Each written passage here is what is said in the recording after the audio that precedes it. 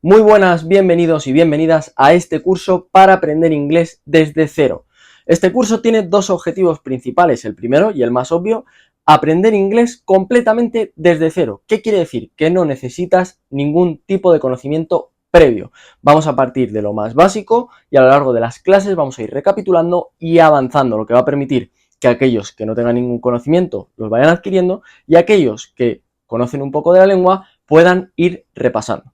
El segundo objetivo es hacer todo esto a través de clases de una duración no muy extensa, es decir, alrededor de unos 10 minutos, lo que os pueda permitir ver las clases en cualquier rato que tengáis, en el autobús, es decir, que no requiera de una inversión de 1 o 2 horas al día, sino que os permita hacerlo en cualquier rato que tengáis. Además, todas las clases vais a tener abajo en la descripción un enlace con actividades relacionadas con los contenidos que hayamos visto en esa clase, lo que os va a permitir también cuando vosotros vayáis teniendo un hueco, hacerlas y repasar lo que hemos visto aquí en las clases. Así que si estáis preparados, vamos con la primera clase.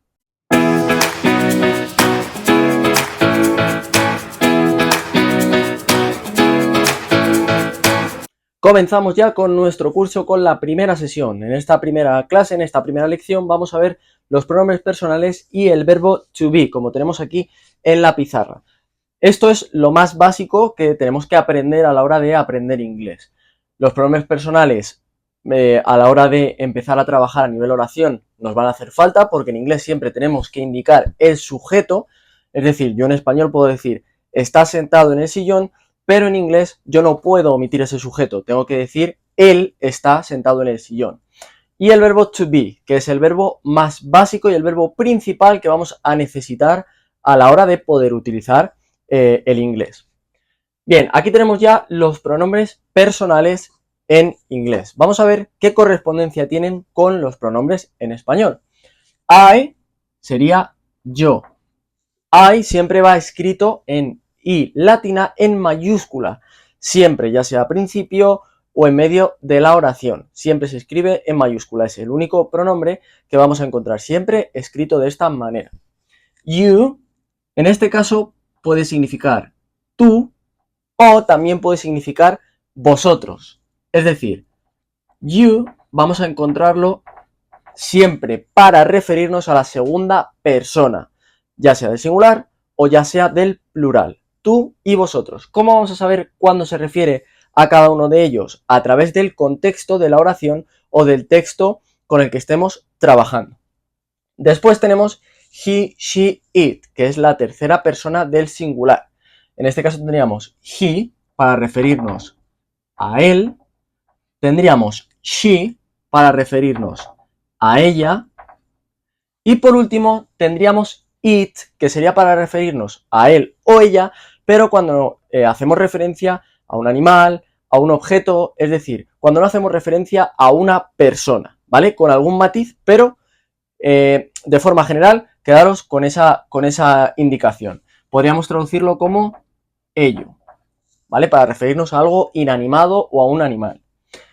We sería la primera persona del plural, sería nosotros o nosotras, ¿vale? En este caso engloba ambos casos, no tenemos uno para femenino y otro para masculino, sino que we sirve para nosotros y para nosotras. Vamos a ponerlo también, nosotros, nosotras. Y they sería la tercera persona del plural, como hemos hecho con we, también engloba tanto masculino como femenino, por lo que podríamos traducirlo como ellos o ellas. ¿Entendido? Aquí nos faltaría la segunda persona del plural, que como hemos visto la teníamos en you. You es segunda persona, ya sea singular o ya sea plural. No hacemos ningún tipo de distinción. Con respecto a los pronombres, algo que tenemos que tener muy en cuenta siempre van a ser estos tres de aquí. La tercera persona del singular, he, she, it.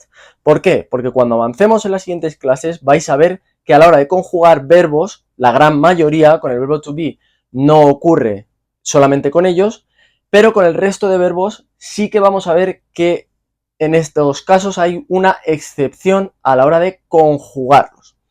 Vamos a pasar ahora, visto esto, al verbo to be. El verbo to be es el verbo ser, o el verbo estar. Es decir, sirve para los dos casos. Si yo quiero decir yo estoy o yo soy, voy a utilizar el verbo to be. Siempre que nos encontremos un verbo, vamos a ver este to delante, que lo que nos indica es que es el infinitivo. El verbo to be, el verbo to have, el verbo to stay, por ejemplo, ¿vale? Esto sería igual que en español tenemos las terminaciones en ar, er, ir, pues esto sería en inglés lo que nos indica que es esa forma, es el infinitivo del verbo. Vamos a ver cómo trabajaríamos con el verbo to be, el verbo ser o estar en las distintas personas, con los distintos pronombres. Si yo quiero decir yo estoy o yo soy, con el verbo to be sería I am, o podemos contraerlo en I'm. Es lo mismo, I am, I'm. Yo soy, yo estoy. ¿Qué diferencia hay? Significan exactamente lo mismo. Separado sin contraer se utiliza normalmente cuando es un lenguaje más formal o cuando es un lenguaje escrito. Normalmente en conversación vamos a escuchar I'm, vamos a escuchar la forma contraída. Con you tendríamos you, recordad, tanto para tú como para vosotros, tanto para singular como para plural, tendríamos you are o la forma contraída, ¿vale? You are. Tú eres, tú estás, o vosotros sois, vosotros estáis. En la tercera persona, vamos a ponerlo, por ejemplo, con he, pero funciona igual con he, she o it, tendríamos he is o his, si lo ponemos contraído. Significa exactamente lo mismo. Él es, él está, él es o él está. La única diferencia es que hemos juntado esas dos palabras en una.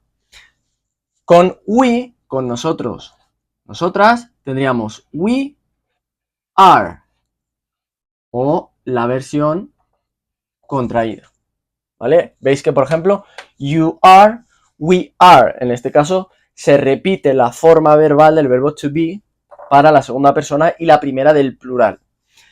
Y, por último, con they, para ellos, para ellas, también se repite they are o la forma corta there.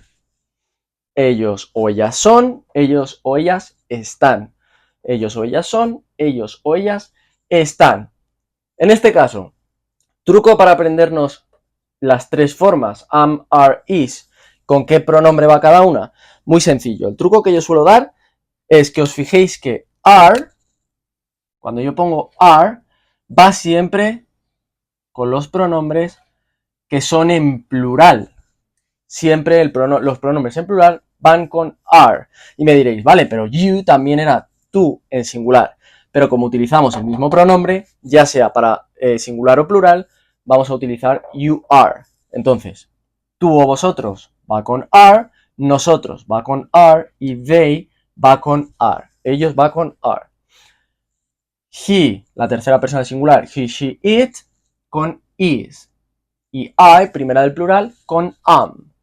Con lo cual aquí ya tendríamos las distintas formas del verbo ser o estar. Yo soy o yo estoy, tú eres o vosotros sois, él es, él está, nosotros somos, nosotros estamos, ellos son, ellos están. Are con los pronombres en plural, como you también es vosotros, lo incluimos. Is con la tercera del singular y am con la primera del singular. Y esta es la sesión que vamos a tener en la clase número 1. Pero antes de terminar, recordaos que en la descripción tenéis un enlace con un archivo con actividades para repasar esto que acabamos de ver y además me gustaría que me dejarais en los comentarios qué tal os ha resultado esta clase. Y si queréis seguir aprendiendo y seguir viendo las clases que vaya subiendo en este curso de aprender inglés completamente desde cero, no os olvidéis de suscribiros y de darle a la campanita para no perderoslo. Nos vemos en la clase 2.